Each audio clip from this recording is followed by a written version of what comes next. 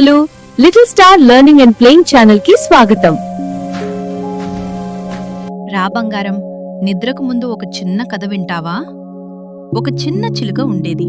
చాలా అందంగా ఉండేది, కాని కొంచెం గర్వంగా ఉండేది. ఎప్పుడూ అడవిలో ఎగురుతూ తన అందాన్ని చూపించేది. ఒకరోజు అది అడవిలో ఎగురుతూ ఒక చిన్న ఎలుకను చూసింది. ఆ ఎలుక తడబడుతూ ఒక గింజ తీసుకెళ్తోంది.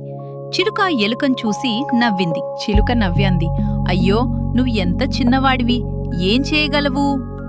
ఎలుక ఏమీ చెప్పలేదు. నిశ్శబ్దంగా తన పని చేసుకుంటూ వెళ్ళిపోయింది. కాని చిలుక మాత్రం తన గర్వంతో ముంచుకుపోయింది. కొన్ని రోజుల తర్వాత ఆ చిలుక ఒక వలలో చిక్కుకుంది. ఎంత ప్రయత్నించినా బయటకు రాలేకపోయింది. దాంతో చిలుక భయంతో కరిగిపోతోంది. అయితే అదే చిన్న ఎలుక వచ్చింది. తన చిన్న పళ్లతో వలకొరిని కట్ చేసి చిలుకను బయటికి తీసింది. చిలుక చాలా సంతోషపడింది. చిలుక సిగ్గుతో అంది, నిన్ను చిన్నవాడని చూసి నవ్వాను, కాని నువ్వే నా ప్రాణం కాపాడావు. ఎలుక నవ్వి అంది, పెద్దవాడైనా చిన్నవాడైనా ప్రతి ఒక్కరికీ విలువ ఉంది. అమ్మ నీతో చెప్తోంది బంగారం, ఎవర్నీ చిన్నవాడుగా చూడరాదు, అందర్నీ ప్రేమగా చూడాలి. మనసు మంచిదైతే ఎవరు చిన్నవాడైనా పెద్దవాడే.